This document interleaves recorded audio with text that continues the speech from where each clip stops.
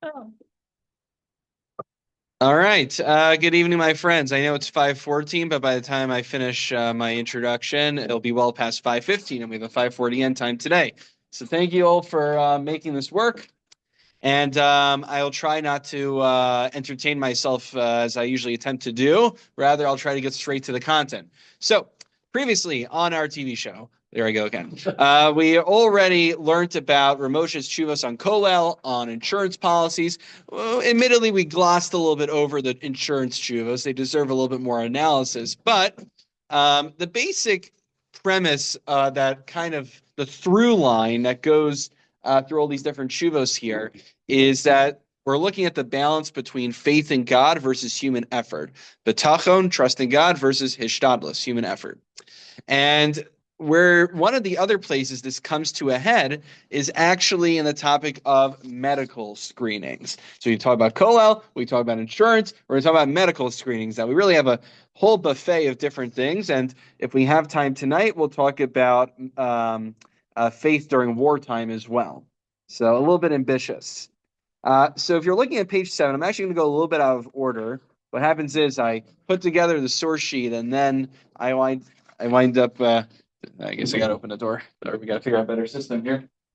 Uh, here's Sandy. Okay. Um,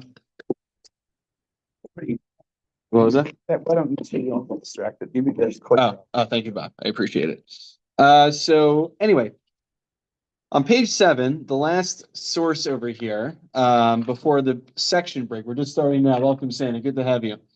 Is from a book called Zekenecha Yomer Lach, Rabbi Chaim Mintz, Mashgiach Yeshiva Staten Island, Reb Ruvain Yeshiva. So he reports that B'chein Shamati Me'erav Hagon Reb Ruvain Shlita Ben Maransa, right? So we were just talking about Ruvain Feinstein Shlita, and so now we'll talk about him on the record in the context of the shir. He says that Shemitam Tamim Tia Im Hashem Elokecha. We'll elaborate on this in a moment. There is a verse that tells us you shall be whole or complete with the Lord your God. Savar Maran Shein Lasas Bedikos Lamachlos Chasna. One should not undergo different kinds of examinations before a wedding. Genetic screenings, presumably, is what he's referring to. To see, oh, there's Laura, to see if that they are genetically compatible. Because there's something lacking in one's faith that one is supposed to walk wholly with God. Now, that's a little bit out of context. What this is actually referring back to, likely, he doesn't mention the tshuva, but he's probably referring to the tshuva that is found. Welcome, Laura. Good to see you. We only just began 2 seconds ago, so you're all good. We're talking about medical screenings now. So Ramosha has a tshuva in Even Ezer Chelik Dalit Simon Yud. This is back to page 6 now, the beginning of the section. A little bit of choose your own adventure. Written to Ramosha David Tendler Zatzal, his son-in-law. Sorry, Harav Hasni Kibni Harav Hagom Arena Ramosha David Tendler Shlita. So back then, of course. So the question is, they came out with genetic testing, and Rahman al this source is important not just for the question of balancing faith with effort, but it's also an important data point in the abortion sugya. So we'll talk about abortion in a different class, but because, well, you're testing for Tay-Sachs, okay, if chas v'shalom, a child is determined to have Tay-Sachs, what recourse do we have? So then naturally the next question is, can we abort the fetus? We're not going to talk about abortion tonight, but this is part of that broader discussion.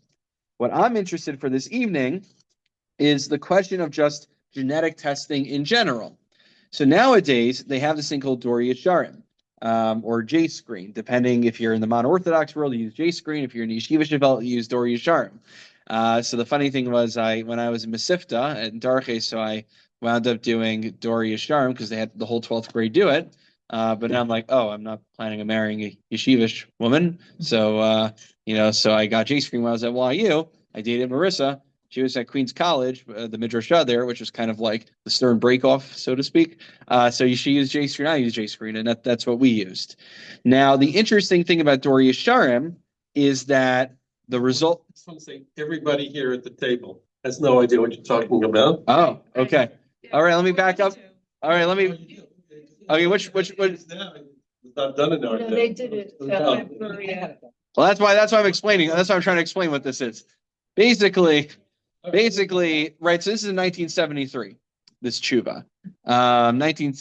Okay, I'm not gonna say. Keep going. So this is when genetic testing is starting off before marriage. So nowadays, I guess I'll speak from my perspective. Your average, young man, young woman, YU, Stern, I think in the Jewish world in general, they'll use something called J-screen, which basically you spit some saliva into a tube, they take it to a lab, and they run, and you find out all these diseases you never knew you had. Which, by the way, coming back to the tshuva, sorry, the whole purpose of it basically is that if Reuven is a carrier for something and Sarah is a carrier for the same thing, then right, good old Punnett squares. You guys have those Punnett squares, right? We're all in the post-Darwin era. Right? We're all post-Darwin era here. Right, Mendel's peas. Right. Yeah, basically, right. So if you the what do you call it? You have the recessive and the what was the other one? What? Dominant right. The dominant recessive gene, whatever it is. So chromosomes. Thank you. So right, and then there's crossing over, meiosis, mitosis, all those things. So the point is that we want to minimize the chance of some sort of genetic disease. So we don't want to put two people together who are likely going to have a child, Rahman al with Tay-Sachs. Tay-Sachs, you should never know such a thing. It is beyond words. Hideous, awful, terrible. The child only survives a few years, and those few years are just full of anguish. So the stakes cannot possibly be higher. So Ramosha initially brings in this pasuk of Tamim Tiyem Hashem Elokecha. Now, what does that mean to walk whole with God? So it sounds like one of those kind of like, pick me up drushos. Oh, we should all walk together with God, and if you believe in Him, you'll make lots of money, whatever. So Rashi says, on the pasuk, quoting Chazal, that hisalechimo bitmimos utitzapelo velo tachkor acher hasidos. One should not be trying to prognosticate the future. So it sounds like Rashi's telling us, who am I to start taking all these medical exams? It's all in God's hands. Why am I looking into what's going to happen down the line? My job is to get married, try to have kids, and then, it's all in God's hands from there. Ramosha says, while that's generally a true principle, Mikol Makom, bottom of page 6 on the right side, since it's so easy now, I don't know what it was back then in 1970s, but certainly with J-screen nowadays, you just spin into a vial, they take it to the lab. We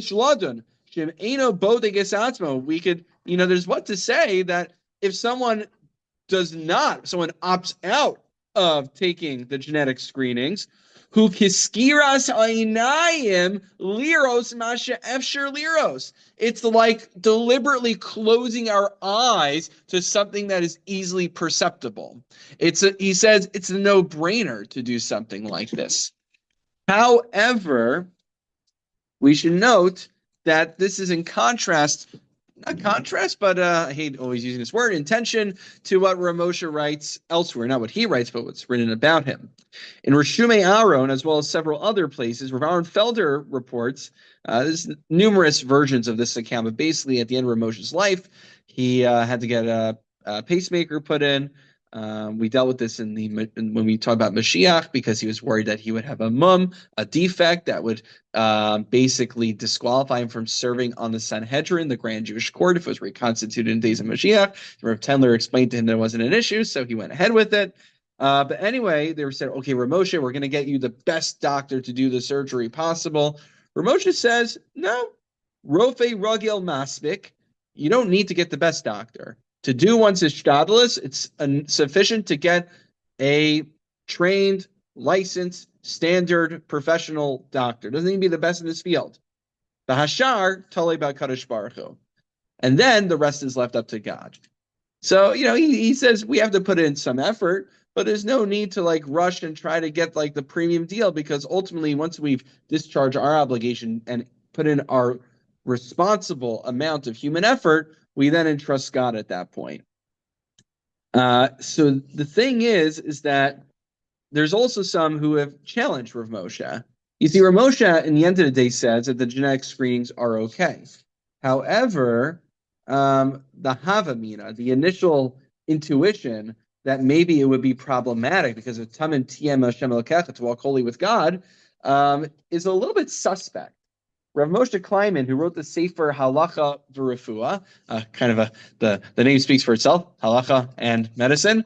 So he writes that when Chazal spoke against having, against prognosticating, right? Is that the right word? Yeah. Is that true? Did I just make up a word? What's the word? Yeah. Yeah, looking into the future. Yeah. Okay, good. Okay, make sure I'm not making up stuff. Sometimes like I meet Rebbeim and then like they don't actually know Yiddish and they just make up things like verplumpt. I'm like, I don't think it's actually a Yiddish word, or they just put whatever and then they put something that sounds like a fun onomatopoeia at the end. My Yiddish is awful. So he writes that Chazal dibur bekochos ruchaniyim b'chol minei dvarim sholniti lanu harishos l'shtamish behem. That sounds like Hanukkah. So what are Chazal talking about? About necromancy, witchcraft, attempting supernatural means to prognosticate the future, but to use something which is alidei davar tivi shubadikas dam, but to do something like a blood test, which is fully within the natural order, is just standard form of everyday Hishtadlus. If we were to carry this back, I don't know, the same way Ramosha finds me an argument to take out an insurance policy. Why should this be any different? So it seems, I would argue that Rav Moshe, even though there's a theological aspect to this, there's also a psychological aspect to this. So if we actually look further, we go back to page 6, and we look where I highlighted it, though it's in grayscale because it's black and white. Rav Moshe gives actually 2 qualifications to his heter for genetic screening prior to marriage. The first qualification is that he says they're both tied together, to be honest. He says it should not be publicized. So when somebody does J-screen, I have experience on both ends. I could tell you the differences. J-screen, you see your entire panel. You see all the results. You see what the percentages are. And I was like reading it. I was like getting I already have medical anxiety as it is. So I get like these heart palpitations as I'm like reading through. Oh my gosh, you're carrier for this, carrier for that. Things I would have better off not knowing. And indeed, Dori Sharm adopts this approach from Rav Moshe that they don't actually tell you what your results are. The way you check is that when you decide to go out with somebody, generally even before the first date is how you do, because why build up an emotional relationship only to find out that you're genetically incompatible? So you send in your number, she sends in her number, and then they get back with a call and they say compatible, incompatible, which there's merits and there's pluses and minuses. So the minus obviously is that you don't know what the genetic risk was. Maybe you're willing to, maybe it's not such a significant percentage. So you might want to assess that, or maybe the kind of disease is more manageable. So you lose out making an informed decision. On the other hand, the rationale for hiding it is that it would create what we call stigma. That the issue is that once you find out that someone's a carrier for something, you're going to say, oh, well, that person has such and such. And even without you're not going to think through it scientifically. And that person's just going to become chutz lamachana. They're going to become a pariah and they won't be able to date anybody. So what Dori Sharm is trying to do is to save people from stigma. But you sacrifice, of course, individual choice. That's the balance. And Rav Moshe adds another element to it, not just simply the stigma, but he writes, the gam kefi sheyadua kochos hanefesh sherov bnei adam sovlin harbe me'atzavim shenikru nervin. He points out that there's a lot of anxiety when it comes to these things. Shemitzayer la'adam davar katam legadol, that we take something, that anxiety takes something that's a very small issue and inflates it into a bigger issue. The chashash katan, the chashash gadol, a small concern inflates into a big concern. Make a mountain out of a molehill. The prop in Medina hazos kiyadua. Apparently, more so in America than it was back in the Altaheim, in the old country. So this is a thing in America, apparently, that people are more anxious about these things. And this is being written in the 1970s, mind you. It's arguably, it could have become even worse today. And this, going back to page 7, Os Yates, the Keinecha Yomrulach, he says the same thing. even more strongly. Rabbi Mintz writes that he heard from Rav Moshe. So if you look over here where I highlighted it and underlined for emphasis, so that the story there is that these frum women went to some sort of seminar, and the doctor basically said, "Oh my gosh, you guys should be taking this test, you guys should be taking this test, and that exam, and that blood drawing." He gave them like a whole entire smorgasbord of different things that they got to take care of. So Moshe said, "Look, there's a limit to how much we should be investigating these matters.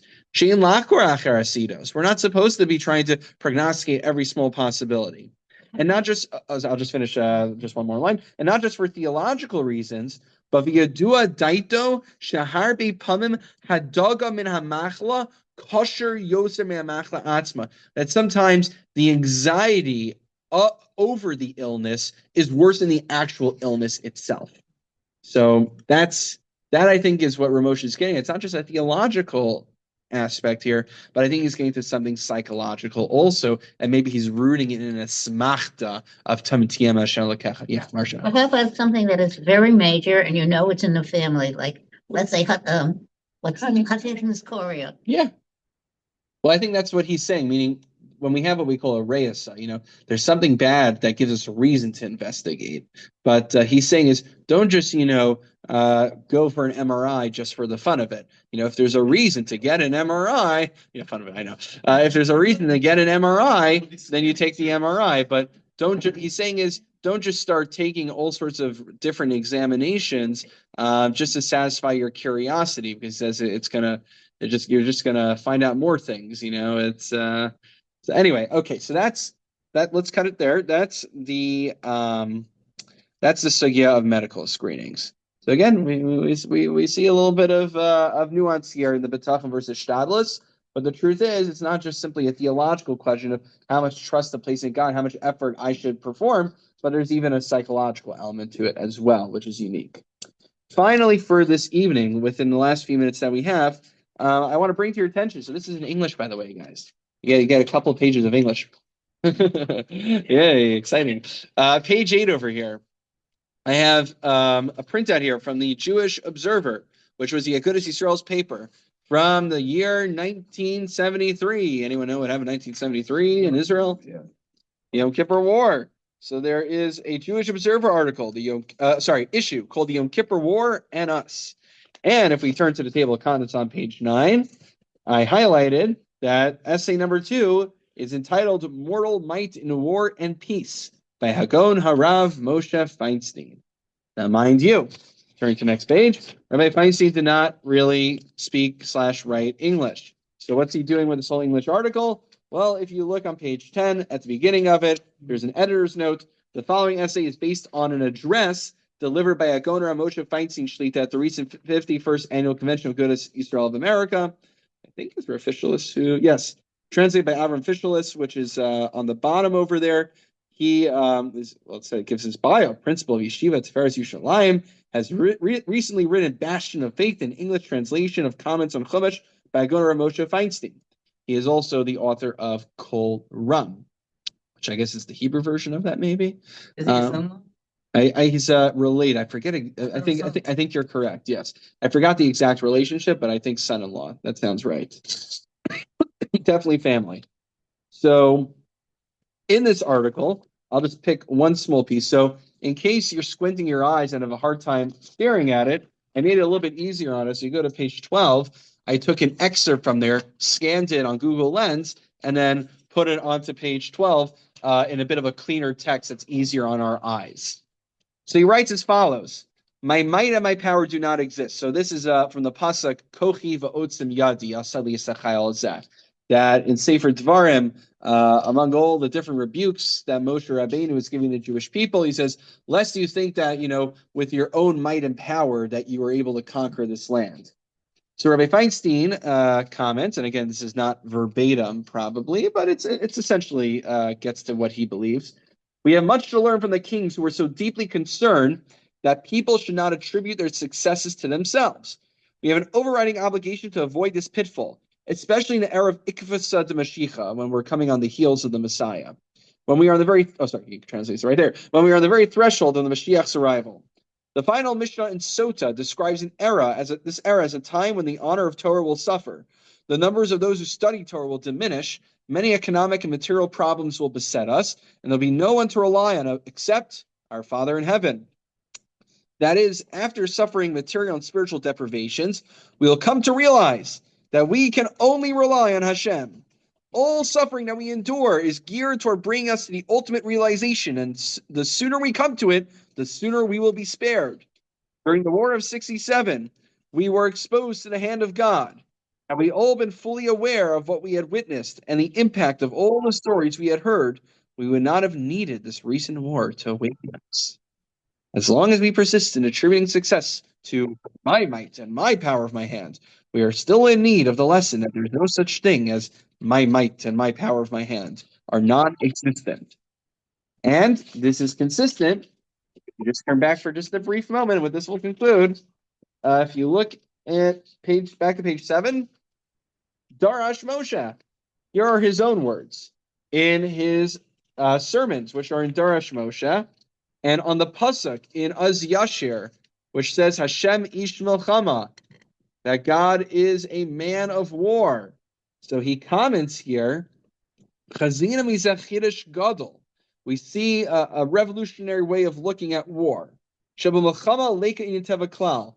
war, there's no such thing as the natural order. There's no such thing as stronger and weaker. Because since all is orchestrated by God, really, vis-a-vis God, who has limitless power, a strong army or a weak army are virtually the same. Because it is God ultimately who is the man of war who conducts it. And even when what we perceive as the mightier military triumphs, that too is still considered, in a sense, to be miraculous, because for God, weak, strong, we're all just a bunch of measly human beings in his eyes. So war in Moshe Feinstein's writings is something that is not natural, but something that is supernatural. Is there an element of Hishtadlus? Sure, but he cautions very strongly about kochi v'otzim yadi, just like the Torah says. Lest we think that it's all about Hishtadlus. It's reminds me, there's a song, I only heard this a few years ago in Israel.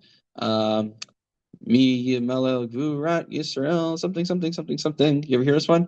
So in Shir Malos we say Mi Yimel Gvuras Hashem, who will sing the praises of the Lord. And so they say Mi Yimel Gvurat Yisrael, who will sing the praises of the Jewish people.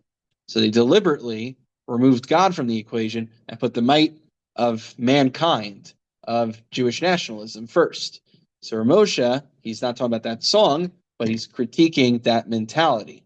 So he's saying is that of course there's effort. Of course there's, unfortunately, sometimes we're forced into battle. Sometimes we're forced into war to defend ourselves. But lest we think that it's our own might that is conducting it. Ultimately, Hashem Yishmalchama, Hashem is God, and we have to place our trust in him, because he's ultimately the one who guides the world. All right, my friends, with that, we'll conclude, and then next week we'll do the wrap-up of this year. We still have a few interesting, disparate ideas to talk about, so we'll do the wrap-up, Mir Tashem, next week. Laura, good seeing you. Have a great week.